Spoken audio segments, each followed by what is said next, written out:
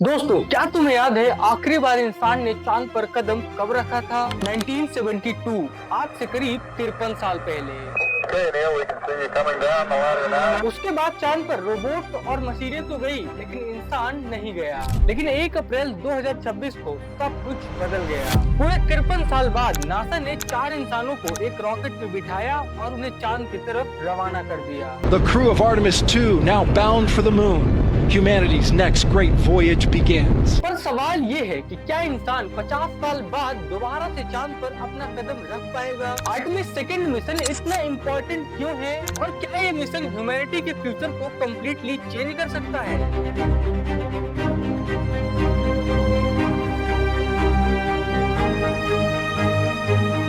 कहानी शुरू होती है 1957 से। यूएसएसआर ने स्पुतनिक लॉन्च किया, दुनिया का पहला आर्टिफिशियल सैटेलाइट। और यहाँ पर अमेरिका को एक बहुत बड़ा झटका लगा। कोल्ड वॉर चल रही थी।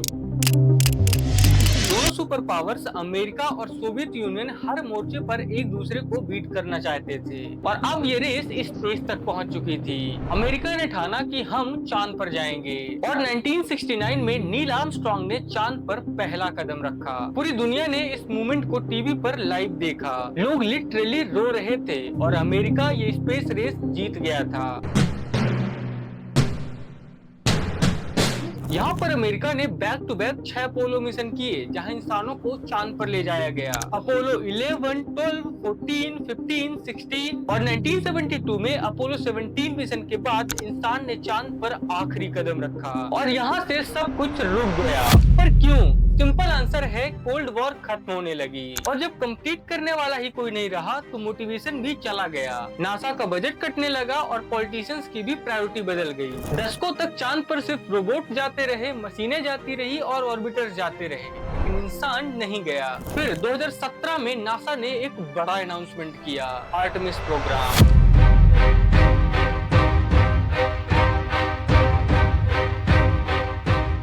ग्रीक माइथोलॉजी में आर्टेमिस अपोलो की ट्विन सिस्टर है। इसका मतलब होता है goddess of the moon. Message था, हम वापस जा रहे हैं, लेकिन इस बार सिर्फ विजिट करने नहीं बल्कि रहने के लिए। 1 अप्रैल 2026 रात के 6:36 में फ्लोरिडा के कैनेडी स्पेस सेंटर से एक 322 फुट लंबा रॉकेट आसमान में उठा। नाम है SLS यानी स्पेस लॉन्च सिस्टम। दुनिया का सबसे पावरफुल रॉकेट जिसने कभी इंसानों को कैरी किया है और इसके ऊपर बैठे हैं 4 लोग। पहले हैं कमांडर रेड वाइजमैन, नासा के वेटरन एस्ट्रोनॉट। दूसरे हैं pilot Victor Glover, NASA astronaut. तीसरी हैं mission specialist Christina Koch, NASA की एस्ट्रोनॉट। और चौथे हैं Jeremy Hansen, Canadian space agency के एस्ट्रोनॉट। चारों ने मिलकर अपने स्पेसक्राफ्ट का नाम रखा इंटीग्रिटी, जिसका मतलब होता है ईमानदारी। ये एक 10 दिन का सफर है जहाँ एस्ट्रोनॉट चांद के चारों तरफ एक बड़ा लूप लगाएंगे और वापस अर्थ पर आ जाएंगे। पर यहीं पर एक बड़ा सवाल आता है कि जब एस्ट्रोनॉट चांद के इतने करीब जा ही रहे हैं तो फिर लैंडिंग क्यों नहीं कर रहे हैं? और अगर इस मिशन में लैंडिंग होनी ही नहीं है तो फिर ये मिशन इतना इम्पोर्टेंट क्यों है? सोचो, तुमने पहली बार कार चलाना सीखा है तो क्या तुम डायरेक्टली हाईवे पर उतर जाओगे? नहीं, पहले आप एक पार्किंग लॉट में प्रैक्टिस करोगे, देखोगे कि ब्रेक्स काम कर रहे हैं, स्टीयरिंग ठीक है, सब सिस्टम वर्क कर रहे हैं या नहीं। और आर्टेमिस सेकंड भी एक तरीके से वही पार्किंग लॉट है। नासा चाहता है कि इंसानों के साथ पहली बार ओरियन स्पेसक्राफ्ट के सारे सिस्टम टेस्ट हो, लाइफ सपोर्ट, नेविगेशन, कम्युनिकेशन, सब कुछ। अगर ये मिशन सक्सेसफुल रहा तो अगली बार ये एस्ट्रोनॉट एक्चुअली चांद पर उतरेंगे। खैर, मिशन पर वापस आए तो लॉन्च के बाद स्पेसक्राफ्ट जब अर्थ की ऑर्बिट में गया तो उसके सारे सिस्टम चेक हुए। 2 अप्रैल को इसमें लगा ओरियन का इंजन फायर हुआ। इसे बेसिकली ट्रांसलूनर इन्फेक्शन बर्न कहा जाता है। ये एक 6 मिनट की इंजन फायरिंग है जो कि इन्हें चांद की तरफ रवाना करती है। 6 अप्रैल को ये चांद के पास पहुंचेंगे और चांद के फार साइड के पास से गुजरेंगे, वो हिस्सा जो इंसानी आंखों ने पहले कभी भी इतने पास से नहीं देखा, और फिर वापस से अर्थ के स्पेसिफिक ओशन में स्प्लैश डाउन। 10 दिन 4 इंसान और लिखा जाएगा एक इतिहास।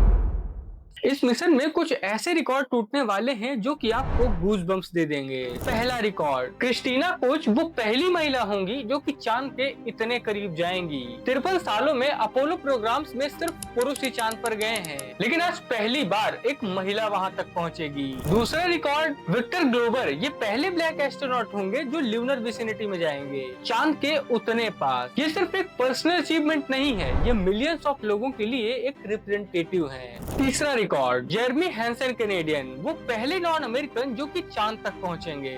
स्पेस एक्सप्लोरेशन अब सिर्फ अमेरिका तक ही सीमित नहीं रहा, वो पूरे दुनिया की कहानी बन चुकी है। चौथा रिकॉर्ड, ये मिशन इंसानों को अर्थ के सबसे दूर ले जाएगा, चांद से भी करीब 4700 माइल्स आगे, जो कि अपोलो मिशन के भी सारे रिकॉर्ड तोड़ देगा। और पांचवा रिकॉर्ड, जब ये वापस आएंगे तो अर्थ के एटमॉस्फेयर में 25,000 माइल्स पर आवर की स्पीड से इंटर करेंगे, और ये इतिहास में किसी भी क्रू स्पेसक्राफ्ट की सबसे तेज री एंट्री होगी। दोस्तों, ये सिर्फ नंबर्स या साइंस नहीं है, ये प्रूफ है कि इंसानियत जब चाहे तब हर लिमिट को तोड़ सकती है। लेकिन यहाँ पर आर्टेमिस सेकंड तो सिर्फ एक शुरुआत है। आर्टेमिस थर्ड अगला मिशन, जो कि इंसानों को एक्चुअली चांद की सरफेस पर उतारेगा, और इस बार पहली बार एक महिला चांद पर कदम रखेगी। सोचो उस मोमेंट को जब नील आर्मस्ट्रांग ने 1969 में चांद पर अपना पहला कदम रखा था। पूरी दुनिया एक पल के लिए रुक गई थी, और आर्टेमिस 3 में भी वही मूवमेंट आएगा, और शायद ये और भी पावरफुल होगा।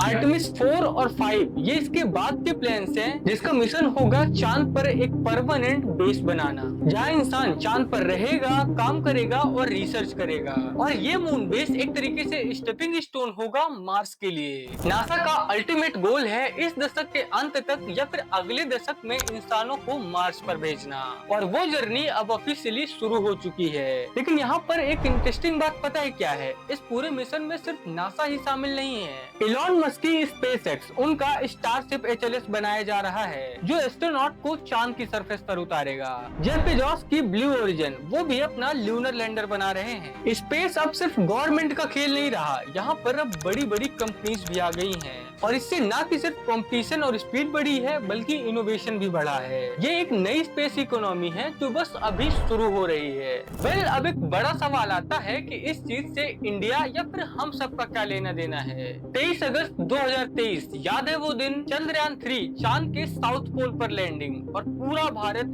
एक साथ स्क्रीन के सामने। उस दिन भारत पहला देश बना जिसने चांद के साउथ पोल पर स्पेसक्राफ्ट उतारा हो। अमेरिका, रशिया या फिर चाइना ने नहीं, बल्कि भारत ने। उस मूवमेंट ने दुनिया को दिखाया कि इसरो क्या कर सकता है। लेकिन अब आगे क्या?